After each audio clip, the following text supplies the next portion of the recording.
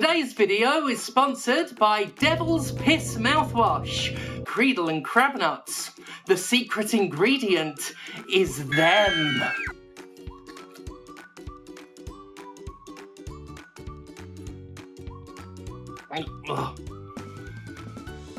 Oh, you can feel it burn the germs right out of you.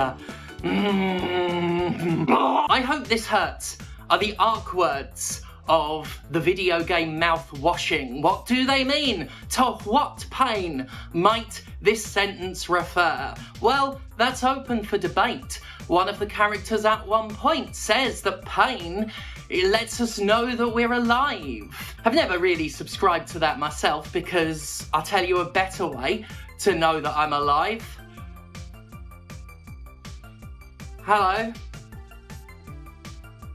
Job done. We're gonna do a ruddy bloody analysis video. What do you think of that? Obviously there are spoilers. People are gonna ask immediately, are there spoilers? Yes, for the fucking thing. Like the whole thing. Also, content warning. We're going to be talking about disability, we're going to be talking about chronic pain, we're going to be talking about abuse, we're going to be talking about mental health, we're going to be talking, just if it's like a bad feels time, we're going to be talking about it. I hope this works. Mouthwashing. You might have heard of it. Lord knows, since it released in September of 2024, it's done what most acclaimed horror games have done and inspired an entire cottage industry of analysis, lore breakdowns, and videos with explained arrogantly placed in their titles on YouTube.com. It's also one of those games that are suffering from the Undertale effect, i.e. people are really starting to hate on the game because of, let's say, the insistent enthusiasm of the fan base. You may have heard of it because there's a lot of content out there about it. And Steffi Come Lately has looked at the landscape of mouthwashing discourse and decided to herself that what the world needs is more of it. Only joking, of course. I never come lately, I come exactly when I plan to and in whatever set of bushes most seduces me. I'm not joking about doing mouthwashing discourse though, because personally, I think I've got a banger on my hands, though I have said that in a few bushes. Oh no! A psychological horror from the exquisitely named studio Wrong Organ, Mouthwashing is one of the most chilling things I've ever played, and it has perhaps disturbed me more than any other on a deeply personal level. There are several affecting themes running throughout the narrative, each one capable of providing more than enough anxiety, and at the core of it all is one overwhelming terror. The terror that comes with being utterly, unendingly trapped. A largely narrative experience with a handful of more involved gameplay sections that frankly get in the way, Mouthwashing is a short but thoroughly poignant production. Its story isn't sequenced in a chronological order, instead flitting back and forth between events that occur over a number of months. Much of the game is played as Jimmy, acting captain of the doomed delivery vessel the Tulpa, a spacefaring shithole that's poorly supplied, and as minimally functional as the crew's employer, the Pony Express, can get away with. For an idea of what that company is like, imagine the corporation seen in Obsidian's The Outer Worlds, but played less for laughs and more for abject, ghoulishly relevant horror. A ripe setting for a descent into madness and misery. I think you'll agree. The idea of being trapped manifests in a number of ways, the most obvious being the basic plot. A tiny cargo spaceship is crashed into an asteroid, supposedly by its captain, and the skeleton crew is left adrift in space with those meagre supplies I mentioned, and an even more meagre hope of rescue. By that I mean no hope. Within that premise, entrapment is viewed through a number of different lenses. The inescapable grind of capitalism, the nightmare of having to live with an abuser, the borderline nihilism that comes with imminent, inevitable death, and then there's Curly.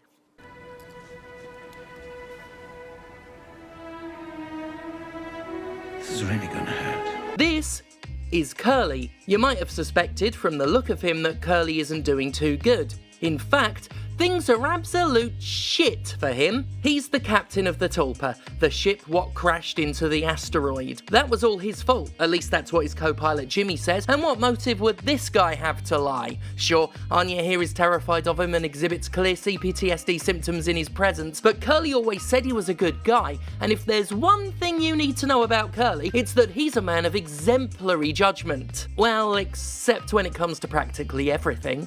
Point is, Curly was in the cockpit when his ship went fuck first into a hunk of space rock, and now here he lies, immobile, helpless, agonised. Having taken the brunt of the collision in about as ghastly a way possible, he is capable of nothing but writhing and gasping in pain, the throes of which are kept in check only by a dwindling supply of painkillers. Perhaps worse than this state of being is the miserable, morbid miracle that he has been like this for weeks, kept alive by the crew for whatever personal reasons they have. His suffering will last even longer still, and like another deserted man trapped in space, he doesn't get to choose when it begins or ends. He's going to lie in that bed, unable to escape the torture chamber that is his own body, for months. As I suggested, there is a lot to unpack with mouthwashing, and in truth, Curly is only part of a wider story, a crucial detail and a constant presence, but he's not the sole principal element. However, for me, Curly is to where my horror keeps returning. He is what I could never get out of my head. The sheer wretched nightmare of his existence had such an overwhelming impact on me that it did my head in, to the point where I was even missing other aspects of the story the first time round because I was downright bloody haunted by that staring, lidless eye. Because I look in that eye and I see my reflection in it. That's too dramatic, isn't it? That was a bit overwrought. Look, the point is, I have a genuine personal fear of being in a situation where an abusive shithead is stuffing pills down my neck and beating the fuck out of me. So, I've made no secret of the fact I'm physically disabled. I have several chronic pain issues, the most publicised of which is my herniated L4-L5 spinal disc. It's permanent, a thing I've lived with for over 8 years now, and it has been such a sustained period of ever-present pain that I no longer feel fully capable of relaying what it's like to someone who has never experienced that kind of chronic condition. If you've not felt consistent pain for years on end, then you truly cannot understand it. My concept of pain has shifted, since my threshold has had to expand simply to allow me to psychologically cope with it. The human mind's ability to adapt, by the way, is terrifying. Having coped with it for so long, I'm able to push into the background the kind of discomfort that would have the average person in tears if they felt it immediately, if what I felt on the reg was transplanted to them in an instant. And I should know, because many years ago I felt it for the first time. But coping at this point is second nature, it's just something I've adapted to. It never goes away though. That ability to push the pain into the periphery isn't a passive skill, even if it becomes a natural one. It is a severely resource-intensive process, one that exhausts energy. It's why I simultaneously can tolerate going through a door in a wrestling match, yet if I lightly stub my toe by accident, I might just suddenly burst into tears and completely fall apart. I'm prepared to endure what the average person simply couldn't handle, and yet so close to capacity at all times that one unanticipated feeling of discomfort can break me. There have been moments where I couldn't hide it. Like I said, it's exhausting, and sometimes there's no gas in the tank to push it away. Then there are the flare-ups. Flare-ups of such devastating magnitudes that I can't walk upright, much less pretend everything is okay. The worst of these happened a few years ago and lasted months. Months and months. If you're familiar with the pain scale, I can confidently say I was at a 9 or a 10 every waking moment for months. I could hardly move, I could hardly help myself, at least not during the periods where my insurance withheld my pain medication. Someone should do something about those months. All I could do was lie there and suffer for months. Now, I've had more than a few traumatic experiences in my life, but that wasn't even an experience. That was a true nightmare. That kind of pain, for that long, It's not even a feeling anymore. It's not something that happens to you. It is a place. It is somewhere you go. I say this with all earnestness. Nothing induces panic in me more than the thought of returning to that place, of going back into that windowed pit that is at once so inescapably deep and still shows you the outside world, a world full of people moving and acting freely, so you can fully appreciate just how fucking trapped you are. There are many horrors in Mouthwashing that are all too darkly relatable for many of its players. Its many portrayed traps will mean more or less to you depending on your lived experiences. The trap Curly is in, his own body, is the one I know and fear most of all. And the sick thing is, the pain isn't even the scariest part. The instinct to invest one's energy into no-selling the pain, to push it aside, to keep that agony within capacity, is not so much for my own comfort, but for everyone else's. I don't want to be a bother. I don't want to be a burden. There's a lot I can't do from big to small because it hurts too much, and I try so hard not to ask for help because, well, nobody wants to be looked at as a perpetual inconvenience. Lord knows society's done enough to dehumanize disabled people to where the fear of being an inconvenience is drilled into our goddamn heads. The psychological aspect of any disability cannot be overstated, and how much that aspect is informed by others even more so. I've been in living situations where my inability to cope with my pain was viewed as an inconvenience. Disabled people can quickly find themselves dehumanized as soon as they start to struggle. They can become seen as a job, a responsibility, and from there a burden. Once the resentment sets in, it can become very easy to go from seeing someone as a person to seeing them as a thing, an object, a job. At the most extreme end, the disabled person can become a monster in the mind's eye. There's plenty of media out there that portrays disabled or sick people as monstrous for any number of reasons. There seems to be some deep-rooted fear in people's minds, whether it's a fear of being in that position or a fear of someone who isn't quite like them. Curly's appearance is, at times, used for horror. He's a huge part of the game's marketing for a reason: the bulging eye, the lipless mouth, a burned wreckage of a person peering out from behind bandages that tangibly keep him separate from everybody else. He's already horrifyingly iconic at this point, but he's no Slender Man. He's no Pyramid Head. He's a disabled and thoroughly helpless human being. The only threat he poses in-game ever is, quite fittingly, entirely in the mind of Jimmy. And I say in-game as if he's like a threat to the player, but he's not. Any sense of threat to Jimmy is purely visual, seen by him as an overwhelming, accusatory and haunting visual presence during his moments of mental collapse. Not that his image is particularly warped or rendered more monstrous in the moments, far from it. He's considered scary enough in his very real state. Like I said, disability has been used for horror. It's often been used as a visual shorthand to communicate that something isn't human and is therefore a threat. As I say this, I remember id Software's Rage 2 and the criticism it got for portraying all of its mutant enemies with cleft palates, using a very real condition to say, wow, look at those freaks. Was it done with malice? No, but it demonstrates the casual way in which we can conflate those we perceive as deficient in some way with the monstrous. I in no way am saying this judgmentally. I think all of us are guilty of casual ableism. The least we can do is try to be aware of it. I don't know exactly how self-aware the use of Curly as horror imagery is, but that awareness is well worth having.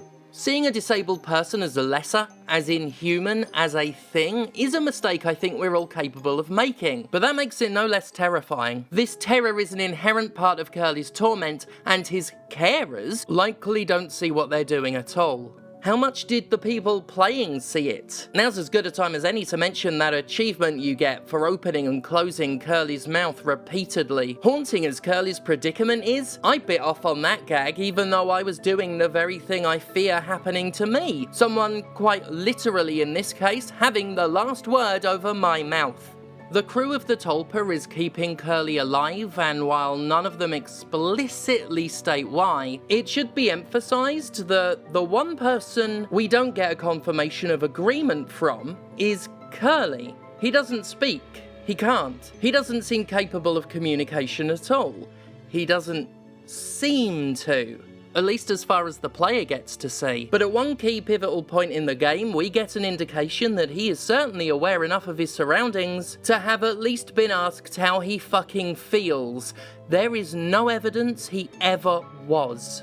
Nobody in the game is ever seen asking him a direct question. He will be talked about, even talked at, but never to. All his decisions are being made for him by people he is at the complete mercy of, by people like Jimmy, who so openly resents it, who violently forces pills down his mouth, who talks at him and talks for him, but never asks him a single fucking thing. As far as I can recall, there's no indication they sought his opinion on the perpetuation of his torture.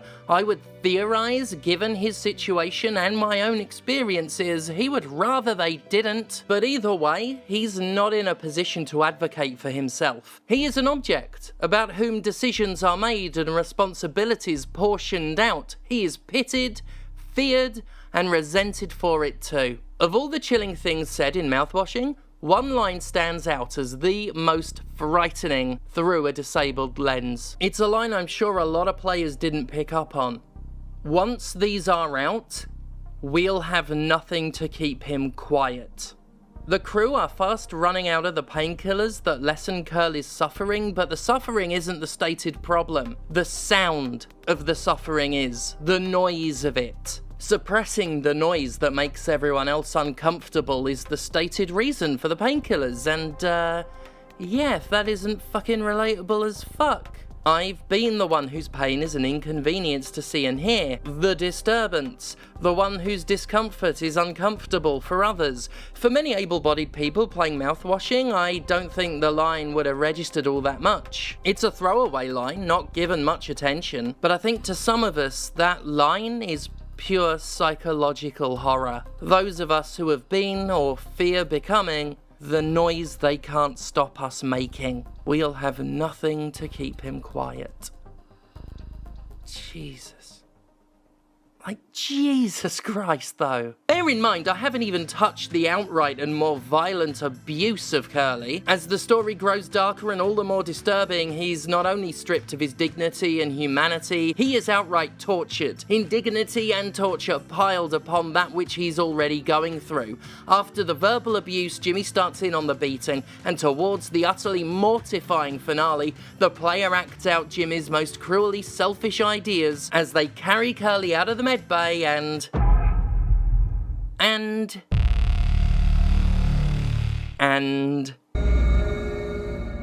that, by the way, all of that was done in the name of keeping Curly alive. The name, but sure as hell not the spirit. Through it all, Jimmy is lionizing himself, a hero in his own head, doing what has to be done to save his friend, in the name of saving Curly, in the spirit of absolving Jimmy. You won't need to look far to find real-life examples of abusive caregivers justifying their actions because they decided on their own that they can do no harm. After all, they're the ones shouldering the burden, doing the hard work, taking care of it. They're the hero and the victim. The final moments of the game put you in Curly's immobile body, placed into a cryopod, your torment prolonged again without your opinion once sought. You can look around in this state, you can move your head, you can nod it, and you can shake. Wait. Curly can fucking communicate! No, that did just dawn on me. Holy shit! They could have asked him what he wanted at any time. Nod for yes, shake for no. And I can only believe they never goddamn bothered. Even before this moment though, we know that the man is aware, like I mentioned earlier. Despite being treated almost as if he isn't really present, one of my favourite moments reveals that Curly has been lucid. When Jimmy's finally made a mess of everything and everyone, Curly reveals he's seen and heard it all, and he laughs.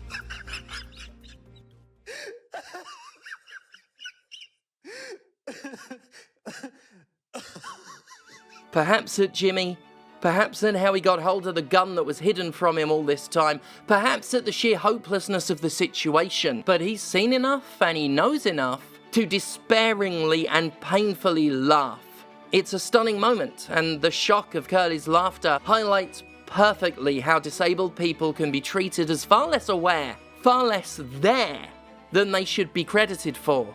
There has been a suggestion within the community analyses of Mouthwashing that the crew is keeping Curly alive because he's fresh meat, that they intend to eat him when they run out of food. It's not a theory I like, honestly. I do think the thought has crossed Jimmy's mind. There is dialogue that very subtly hints at it. But if they're all already prepared to eat him, why counterproductively feed the guy? I also think the theory diminishes Jimmy's descent, since by the time he is carving Curly up, he's well and truly cracked, and I think it undoes some of the horror if at this point he's doing what they were all gonna do anyway. That said, the concept would draw another real-life comparison, where those who need care are exploited, either stolen from directly or used to generate funding that's subsequently redirected, not literally slaughtered, but treated as a resource nonetheless. Just another way in which a person can be depersonalized.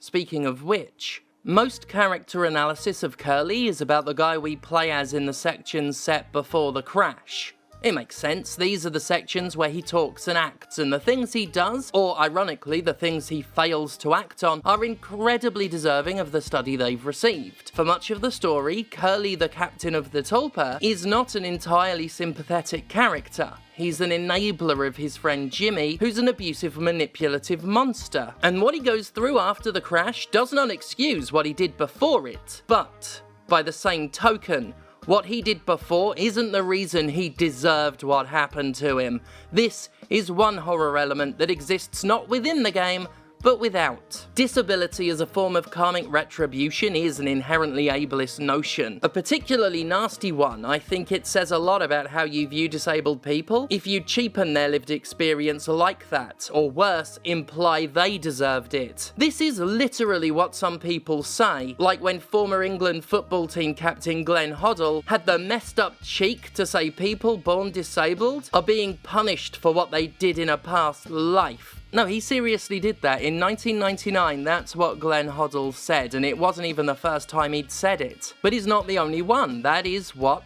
far too many people believe. And if they don't believe in the past life shit, you'll find plenty of disabled people whose disability has been blamed on them. It's your own fault that happened to you. Fuck off. Also, if you think losing limbs, facial features, or the ability to walk is just desserts, congratulations, you just aligned yourself with a legit corporal punishment. Honestly, the fact some people's takeaway from Mouthwashing is that Curly deserved it truly disturbs me. It speaks also to the vilification of disability as a concept in our culture. I'm from the UK, where disabled people are treated with an especial contempt. British culture is obsessed with the idea that disabled people are lying, trying to get one over on the normals. Heaven help you if you're a part-time wheelchair user and the wrong Daily Mail reader sees you stand up. If there's one thing a British busybody loves more than anything else, it's the thought of catching someone in the act. It puts a real pressure on you to act more disabled, to perform your disability, which has the ironic knock-on effect of making you feel like a liar. But you have to make a performance of the pain sometimes, because if they can't see it, they don't believe it. This is to say nothing of how thoroughly cruel the system for receiving disability allowance is. The thought of one day needing financial support for my chronic pain is its own unique fear because of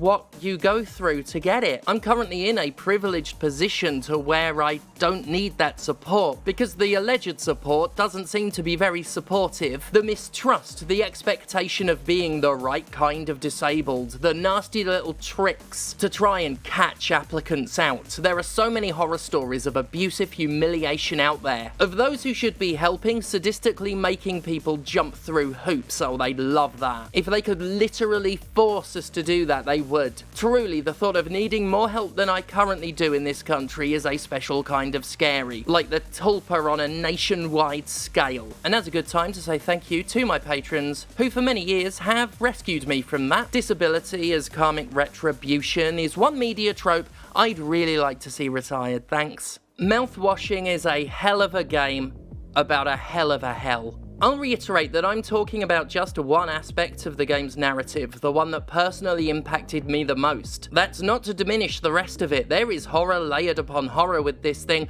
and depending on who you are, you will find one of those other layers to be more nightmarish. My own perspective, however, is one I've not seen explored in much detail so far, and that's hardly surprising. Like I suggested earlier, if you're not in constant pain, if you are able-bodied, you can't quite relate, and frankly I'm relieved for you. I hope this doesn't hurt. Mouthwashing does hurt though. Mouthwashing is one of the most upsetting horror games I've ever played, and for that, I say, well played. Oh, and massive thanks to friend of the show, Casey Explosion. Check her out as Casey Explosion everywhere on Twitch, on YouTube. She got all the mouthwashing footage for us. We weren't able to nab it in time, and she did. Fucking awesome. Before I ever stepped in a ring, I had a herniated disc in my back, which is now 2 herniated discs, and I love wrestling because it's the one place where the pain doesn't reach me.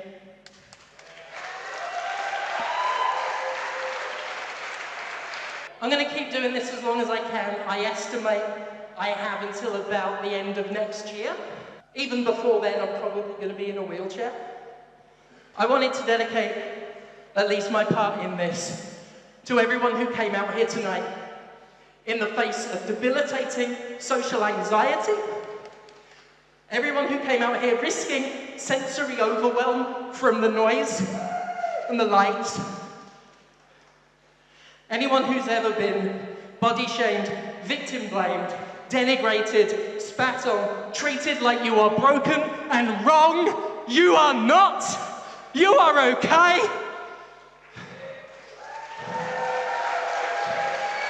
I see you. I hear you. And I'm f***ing proud to be one of you! Visibility is vital. That includes gender, orientation, but it does include mental illness, neurodivergence, physical and mental disability. And I'm going to keep doing my best to be a visible part of that until the wheelchair comes. Yes, Commander.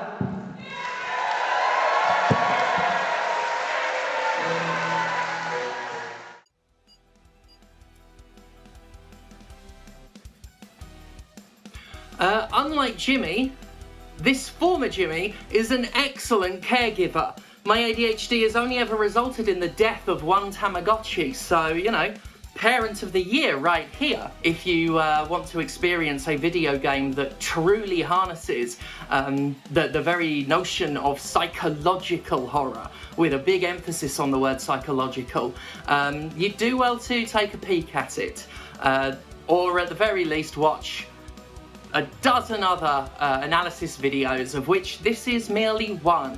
But it is one in which you lucky viewers, get to thank God for me. So do that then. You know. And follow me on Blue Sky, Commander Sterling. It's nice, it's better than Twitter. Oh, and Twitch TV/Jim Sterling if I am just going to plug my stuff. Oh, and I'll be in Manchester next weekend for Pinfall Pro Wrestling. You know what? This video's ran on long enough. I'm just going to go. Bye!